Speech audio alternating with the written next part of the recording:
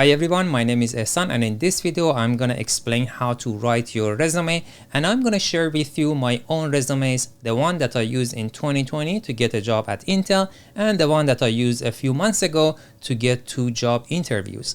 And here I'm showing you the slide that I discussed in the previous video. I'm showing you how the job hunting works, how to get a referral, and how to bypass the ATS or the application tracking system to get your resume to the hand of the recruiters and the hiring managers. And if you haven't watched that video, I highly recommend to go back and watch it, and I'm going to put the link in the description.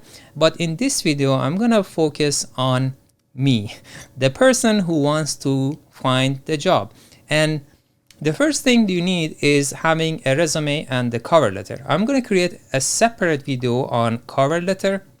In this video, I'm going to discuss resume. And here are the 2 resumes that I will explain in detail. But before showing those, I'm going to explain some high-level tips, and then I'm going to deep dive into the bullet points.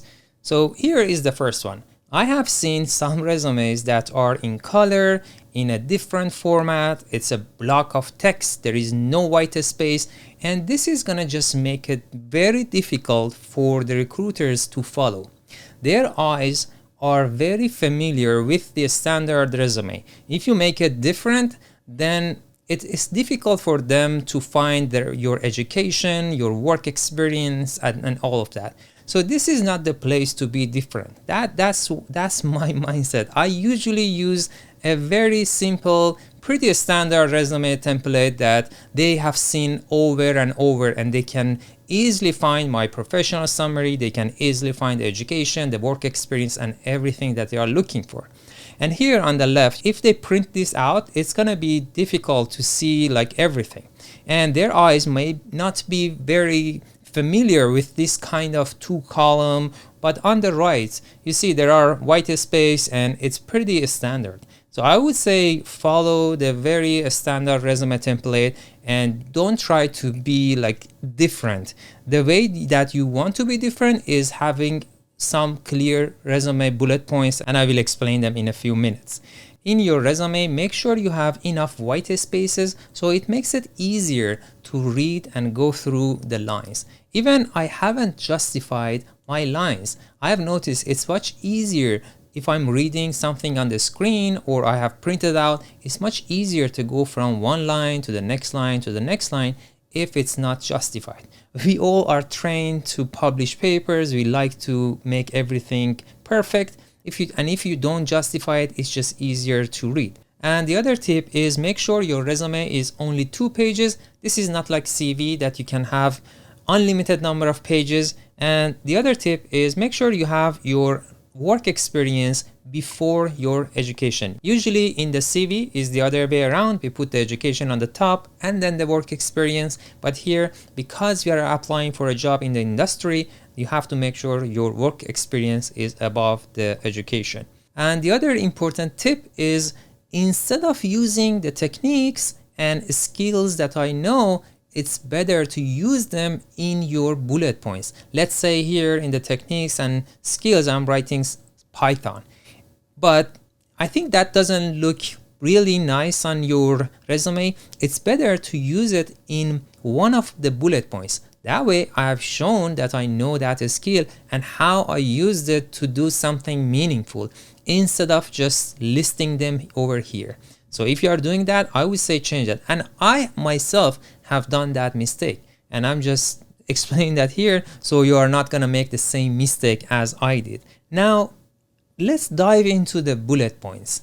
When you want to write a bullet point, you have to keep in mind 3 things. The first one, it has to be targeted. 2, it has to be clear. And 3, you have to have some sort of results. So targeted, clear, and results driven. Here I'm showing you a bullet point as an example, and this is very targeted towards the job that I'm applying for, and the sentences are very clear. And I have put some results to show what I have done had some impacts. Here I'm showing you another example. Again, this is targeted towards the job that I'm applying for, and I have clearly explained what I have done. You can start with a transferable skill if you can, but if you can't, just explain very clear what you have done, and you have to end up with some numbers, some measurable results that shows the impact of your work. And this is the resume that I used in 2020 to apply for a job at Intel. And on the top, I have my personal information.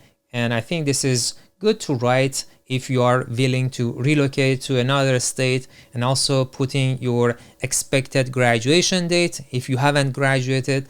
And then I started with a summary, 3 bullet points of what I have done. And this can be repetitive of what you have done during your work experience.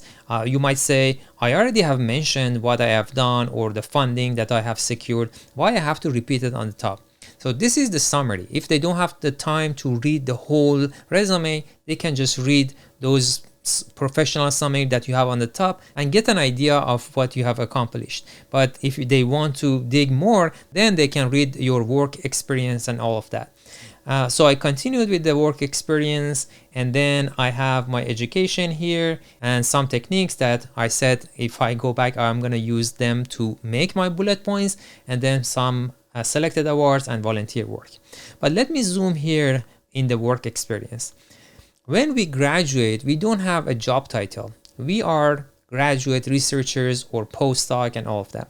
Those are not job titles. But what I thought I can put here is something functional. The function of my work was I was a chemist. I was a synthetic organic chemist. So I use that as my job title. You might say, is this like okay to do that?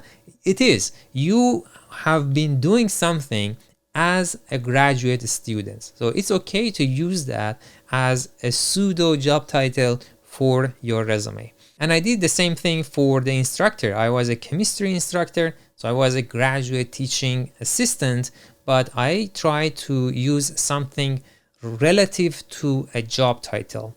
And then for the bullet points, I started with a transferable skill. Here I said project management skills, and then I explained what I mean by that. I explained a project, and then I explained what was the results of my project. I had 1 US patent and 2 papers. For the next one, again, I started with a transferable skill. I have been working with people in different areas, and then I just put it that, and then I explained that clearly what I mean by that. So I explained that, and then the results of it. And the results has to be measurable. Here I said 2 fellowship awards and the NSF funding that we got. And this is very difficult to put some measurable results for every single bullet points, but if you can, that makes you bulletproof that you have done something impactful. Now I'm going to show you the other resume that I used a few months ago and got me 2 job interviews. Here on the top, I started again with my personal information. Here I think it's important to write available immediately, so that gives a signal to the recruiter that if they hire you, you are available to work right away. And then on the right, I have a barcode. I just wanted to make it something different. Here in the US, we don't put our photos in the resume. It might be different in another country. So I just use the QR code for going to my LinkedIn account. You can use the Edge browser and go to your profile and do a right click and generate that QR code very easily. And then I have a professional summary right on the top. Then I have my work experience. But what I did, if I wanted to add my work experience at Intel here and keep what I have done in the past, then this resume could be 3 or 4 pages, and I didn't want to do that. So what I did, I just kept the PhD that I had 4 bullet points for, and I just had the whole page for the first one as the things that I was doing at Intel, because the focus of the jobs that I want to apply was related to what I have been doing the past 5 years. So that was my main focus. And I tried to follow that pattern again. I wanted to be clear in my bullet points and I wanted to have some measurable results. And then I have my education, the selected awards and publications. Here I just mentioned I had this many publications and that's all I had. Some people might have different opinion on this. Some people just put selected publications and put 2 to 3 publications that have the most citations and the ones that are the more relevant to the job that they are applying for. But here I just put it aside because I already had a job and I think the publication at that point doesn't impact my resume. So in short, make sure your bullet points are targeted, clear, and results driven. And by targeted, I mean for every job that you are applying, you should have a separate folder and you have to customize the bullet points that you are using to apply for that job.